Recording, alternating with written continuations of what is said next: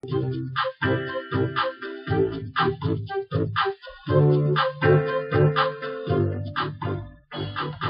make my own personal soaps thanks to Essential Soap and several other soapers that I found on YouTube.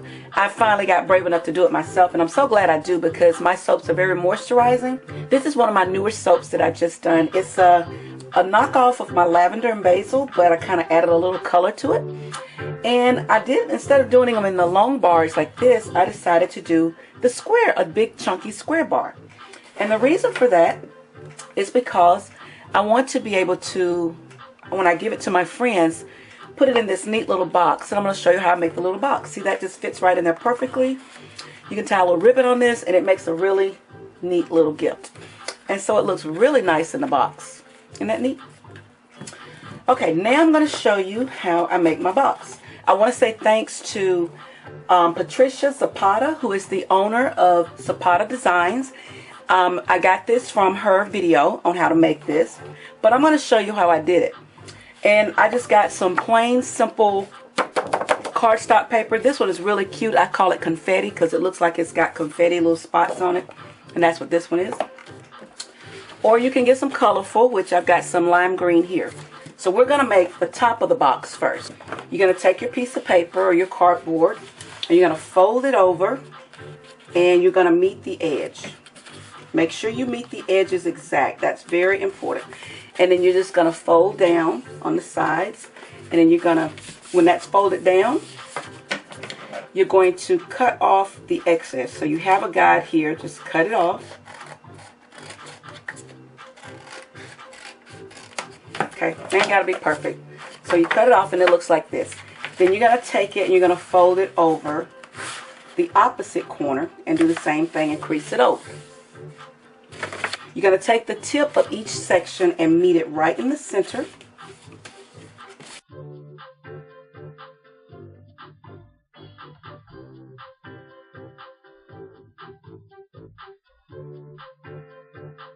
Then I'm going to take this little tool that I got with my Cricut machine, and you're going to just scrape the edges so that they're nice and flat and crisp. And then you're going to take the ends and fold it up on each side and scrape it again. Open it back up. Do the same thing on the other side.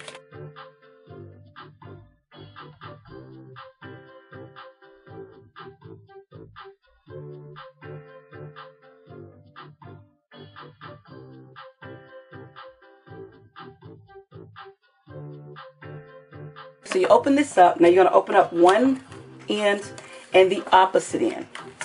And what you're going to do is you're going to cut from the corner up into the diagonal right here. That one little corner right there. I'm just going to cut to right there on both sides.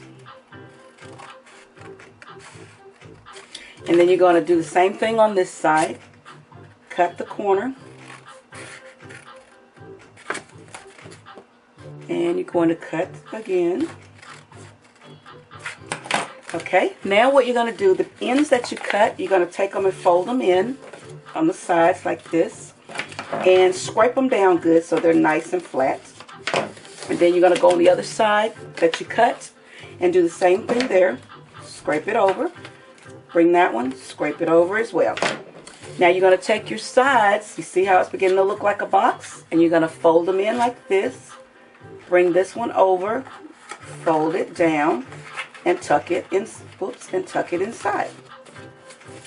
You're going to repeat the same thing for the other side. Bring it in, fold this up, and inside. And now you have made the lid for the box. So now our box is finished. I like to take just a small piece of tape, put it inside to make sure that my box stays in place. So I just like to do that with the lid. And see, my soap fits right inside. So now we're going to make the bottom of the box. And again, you're going to fold it over and match the edges. So you creased it there. And we're going to cut it off. Just like we did the box top.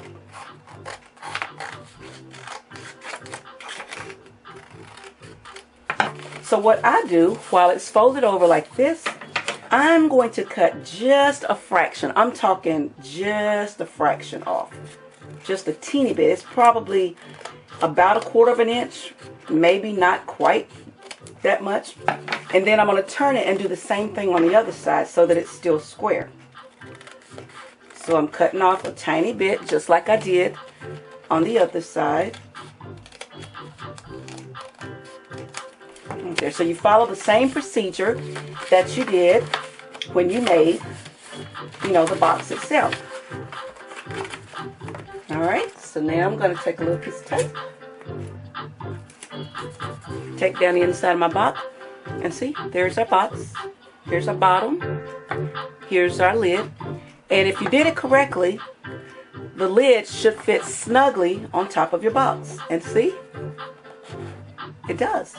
See? I take my lovely soap, set it inside the box, put a lid on it, and my soap is ready for display. Now I wanted to show you one other thing too. This box, my pretty box, you notice you don't see the fold lines.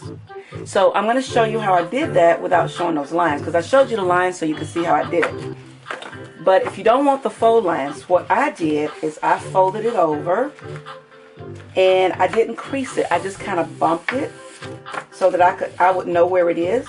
And then I just cut it off, and I did the same thing for the other side. When I folded it over like this, I just bumped it just like that and then fold it back out. So you see the line there, but you can actually press it back out. But you see how you can see the little X?